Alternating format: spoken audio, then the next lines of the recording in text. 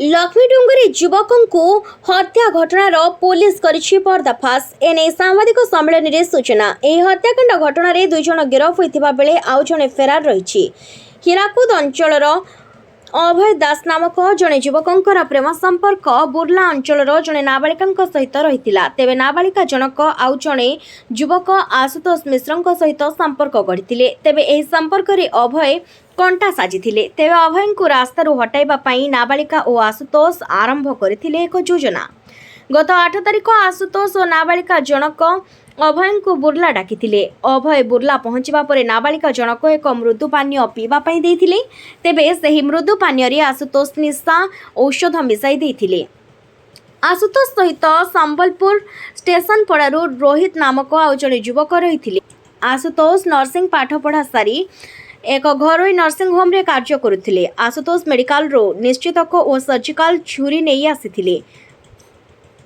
ଅଭୟ ମୃଦୁ ପାନୀୟ ପିଇବା ପରେ ସେ ଅଚେତ ହୋଇଯାଇଥିଲେ। ଏହାପରେ ଅଭୟଙ୍କୁ ଲକ୍ଷ୍ମୀଡୁଙ୍ଗରି ପାହାଡ଼କୁ 3 ଜଣ ନେଇଯାଇଥିଲେ। ପ୍ରଥମେ ଅଭୟଙ୍କର ବେକ କାଟି ଦେଇଥିଲେ। ତାପରେ 20ରୁ ଅଧିକ ଥର ଛୁରୀରେ ଭୁଷି ହତ୍ୟା କରି ସେଠାରୁ ଫେରାର ହୋଇଯାଇଥିଲେ। ପୁଲିସ ଏହି ଘଟଣାର ତଦନ୍ତ କରି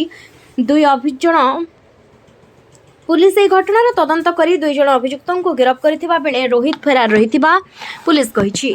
କାଲି କ୍ଷେତ୍ରାସପୁର ଥାନାରେ ରଘୁନାଥ ଦାସ ସେ ତାଙ୍କର ଘରବାଲା ITI ପୂଜା ତଲ ହୀରାକୁଦ ସେ FIR ଦେଇଥିଲେ, ଯେଉଁଥିରେ କି ଆମର କ୍ଷେତ୍ରାସପୁର ଥାନାରେ ଗୋଟେ କେସ୍ କରାଯାଇଥିଲା 322/25 ଦଫାଲା 103/1 BNSରେ। ଏବଂ ସେଥିରେ ସେ ଦର୍ଶାଇଥିଲେ ଯେ ତାଙ୍କର ପୁଅ 8 ତାରିଖ ଦିନ ସେ ମିସିଂ ଥିଲା ତାଙ୍କ ଘରୁ ଏବଂ ସେ ଖୋଜାଖୋଜି କରିଥିଲେ ଏବଂ ତାକୁ ପାଇନଥିଲେ। ଏବଂ ସେ ଯେତେବେଳେ ଆସିଲା ବେଳେ ସେ ଲକ୍ଷ୍ମୀଡୁଙ୍ଗରି ରାସ୍ତା କଡ଼ରେ ତାଙ୍କର ସ୍କୁଟିଟା ଦେଖିଲେ ତାଙ୍କ ପୁଅ ଏଠି ସ୍କୁଟିଟା ରଖାଯାଇଛି, ଭାବିଲେ ଯେ କେଉଁଠି ପେଟ୍ରୋଲ ପକାଇବା ପାଇଁ ଯାଇଥିବେ ବୋଧେ। ତେଣୁକରି ସେ ତାକୁ ଖୋଜିଲା ପରେ ତାଙ୍କୁ ପାଇଲେ ନାହିଁ ଏବଂ ଆଉ କିଛି ବାଟ ଗଲା ପରେ 100 ମିଟର ଖଣ୍ଡ ଗଲା ପରେ ଦେଖିଲେ ତାଙ୍କ ଚପଲ ପଡ଼ିଛି ବୋଲି। ଏମିତି ସେ ଲକ୍ଷ୍ମୀଡୁଙ୍ଗରି ପାହାଡ଼ ଉପରୁ ଗଲେ ଏବଂ ଡେଡ୍ ବଡି ଡିଟେକ୍ଟ କଲେ। ସେ ତାଙ୍କର ପୁଅଙ୍କର ଶରୀରରେ ତାଙ୍କର କ୍ଷତ ଥିଲା, ଛାତିରେ ଥିଲା ଏବଂ ତାଙ୍କର ହାତରେ, ବେକରେ ଏବଂ ମୁଣ୍ଡରେ କ୍ଷତ ଚିହ୍ନ ଥିଲା ଏବଂ ଷ୍ଟାବିଂ ଇଞ୍ଜୁରି ଥିଲା। ଏବଂ ସେ ଜିନିଷ ଦେଖିଲା ପରେ ସେ ଆସିକି FIR ଦେଲେ କ୍ଷେତ୍ରାସପୁର ଥାନା, ଯାହାଫଳରେ କେସ୍ ରେଜିଷ୍ଟ୍ରେସନ କରାଯାଇଥିଲା। ଏ କେସ୍ ହେଲା ପରେ ଯେହେତୁ ଅନନୋନ୍ କେସ୍ ଥିଲା, ଏଥିରେ ଆମର SP ସାର୍ଙ୍କ ନିର୍ଦ୍ଦେଶ ମତେ ଆମର ଟିମ୍ ଫର୍ମେସନ୍ ହେଇଥିଲେ। ସେ ଟିମ୍ରେ ଆମର STPO ସଦର ଥିଲେ, ତାପରେ STPO Burla, IIC Burla, STPO ଆମର IIC କ୍ଷେତ୍ରାସପୁର ଟିମ୍ ଆମର ଫର୍ମେସନ୍ ହେଲା ପରେ ସେ ବିଭିନ୍ନ ଆଙ୍ଗେଲରେ ତାଙ୍କର ଇନଭେଷ୍ଟିଗେସନ୍ କଣ୍ଟିନ୍ୟୁଟି ରଖିଲେ। ଏବଂ ଏ କେସ୍ରେ ତାଙ୍କର ମୋବାଇଲ ଯାଞ୍ଚ ଏବଂ ବିଭିନ୍ନ ପ୍ରକାର ସର୍କମଷ୍ଟାନ୍ସ ଏଭିଡେନ୍ସ ଦେଖି ସେଥିରେ ଯେ ଆଶୁତୋଷ ମିଶ୍ର ଆଲିଆସ୍ ଅମନ, ସେ ଶଙ୍କର ତାଙ୍କର ବିନକା ତାଙ୍କ ଘର ସୋନପୁର, ସେଥିରେ ସିଏ ତାଙ୍କୁ ଗିରଫ କରାଯାଇଛି। ଏବଂ ସିଏ ବିକାଶ ହସ୍ପିଟାଲରେ ଇଣ୍ଟର୍ନସିପ୍ କରୁଥିଲେ ନର୍ସିଂରେ ଏବଂ ତାଙ୍କର କି ମେଡ଼ିକାଲ ଉପରେ କିଛି ଆଇଡ଼ିଆ ବି ଥିଲା। ଏବଂ ସେ ଇସ୍ୟୁ ହେଲା ଯେ ଏଇଟା ପ୍ରେମ ବେପାର ନେଇ ମର୍ଡରଟା କରାହେଇଛି ବୋଲି ସେମାନେ ଜାଣିବାକୁ ପାରିଲେ ଏବଂ ଇନଭେଷ୍ଟିଗେସନଟା ମଧ୍ୟ କନକ୍ଲୁଡ଼ ହେଲା। ସେ ଝିଅ ଯିଏ ଗୋଟେ ଝିଅ ଆମର ଯେ ଅଭିଯୁକ୍ତ ଅଛନ୍ତି, ସେ ଜଣେ ମାଇନର ଗାର୍ଲ ଅଛନ୍ତି, ସେ ନାବାଳିକା। ଏବଂ ତାଙ୍କ ସହିତ ପ୍ରଥମେ ଯେ ଅଭୟ କୁମାର ଦାସ ଯିଏ ଏଥିରେ ମୁତଫା ଅଛନ୍ତି, ଯିଏ ମରିଯାଇଛନ୍ତି ଡିସିଜ୍, ତାଙ୍କ ସହିତ ତାଙ୍କର ଆଗରୁ ଲଭ୍ ଆଫେକ୍ସନ୍ ଥିଲା।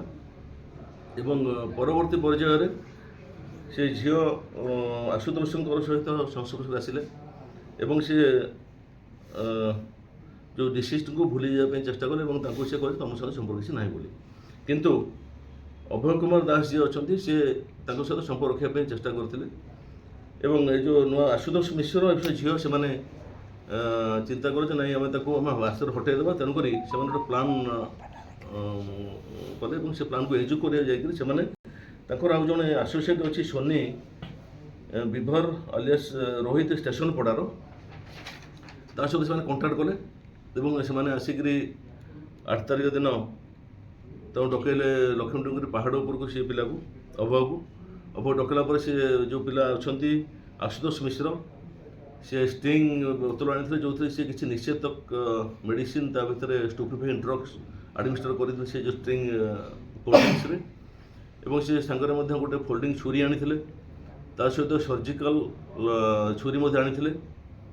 ଏବଂ ତାଙ୍କୁ ଏମାନେ ପିଇବାକୁ ଦେଲା ପରେ ସେ ଅଚେତ ହୋଇଗଲେ। ଅଚେତ ହେଲା ପରେ ସେମାନେ ଏଇସବୁ ଜିନିଷ ମାରଣାସ୍ତ୍ର ଯେଉଁ ରହିଥିଲେ ଛୁରୀ ଏବଂ ସର୍ଜିକାଲ ଛୁରୀ ଅଛି, ତାଙ୍କୁ ବାରମ୍ବାର ତାଙ୍କ ଛାତି ତାଙ୍କର ବେକ ହାତ ଏବଂ ମୁଣ୍ଡକୁ ଷ୍ଟାବିଂ କରିଥିଲେ। ପାଖାପାଖି 20ରୁ ଅଧିକ ତାଙ୍କର ଷ୍ଟାବିଂ ଇଞ୍ଜୁରି ଅଛି। ଏ କେସ୍ରେ ତଦନ୍ତ କରି ଆଶୁତୋଷ ମିଶ୍ରଙ୍କୁ ଏଥିରେ ଗିରଫ କରାଯାଇଛି ଏବଂ ସେ ବ୍ୟବହାର କରିଥିବା ଛୁରୀ ସର୍ଜିକାଲ ଛୁରୀ ତା ସହିତ ଷ୍ଟିଂ ବୋତଲ ଗ୍ଲୋଭ୍ସ ଏସବୁ ସିଜର କରାଯାଇଛି ଏବଂ ସେ ନାବାଳିକା ମଧ୍ୟ ଆମେ ତାକୁ ପଚରାଉଚରା କରାଯାଇଛି ଏବଂ ସେଥିରେ ମଧ୍ୟ ଯେହେତୁ ନାବାଳିକା ଅଛନ୍ତି ତାଙ୍କର ନାଁ ଏବଂ ତାଙ୍କର କିଛି ପରିଚୟ ଦେବା ଠିକ୍ ନାହିଁ ଏବଂ ଏହି କେସ୍ରେ ଅନ୍ୟ ଯେଉଁ ଅଭିଯୁକ୍ତ ଅଛନ୍ତି ସନି ବିଭାର ତାଙ୍କୁ ବର୍ତ୍ତମାନ ଆମର ଗିରଫ କରିବା ପାଇଁ ଆମର ଟିମ୍ ଅଛନ୍ତି। ସାର୍ ଘଟଣା ଯୋଉଠି ମାନେ ସେ ଅଭୟକୁ ସେ ଯୋଉଠି ଡାକିଥିଲେ ସେ ଯେଉଁ ଆମର ଲକ୍ଷ୍ମୀଡୁଗୁରି ପାହାଡ଼ ପାଖରେ ଯେଉଁ ଡାକିଥିଲେ ସେଇଠି ହିଁ ମାରିଲେ ମାନେ ତଳେ ପାହାଡ଼ ତଳେ ପାହାଡ଼ ଉପରେ। ସାର୍ କିନ୍ତୁ ବ୍ଲଡ୍ ସବୁ ପଡ଼ି ପଡ଼ି ଯାଇଥିଲେ ଉପରକୁ ପୁରା ଛିଟା ବ୍ଲଡ୍ ଛିଟା ଥିଲା।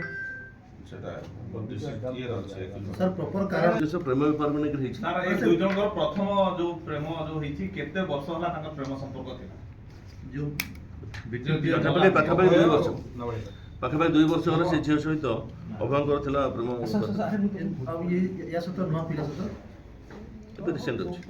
ସାର୍ ଏଇ ଯୋଉ ଦ୍ୱିତୀୟ ଷ୍ଟେସନ ପୋଡ଼ା ପିଲାଙ୍କୁ କେତେ ଟଙ୍କାରେ ସେମାନେ ଇଏ କରିଥିଲେ?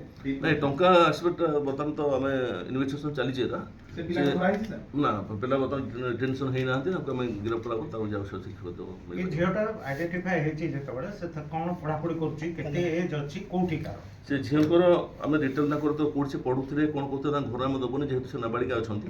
କୋଉଠି ପଢ଼ୁଥିଲେ କ୍ଲାସ୍ ହଁ ସେ କଲେଜରେ ପଢ଼ୁଥିଲେ ଏବଂ ସେ ତାଙ୍କର ବୟସ 17 ବର୍ଷ। କୋଉ କଲେଜ କଲେଜ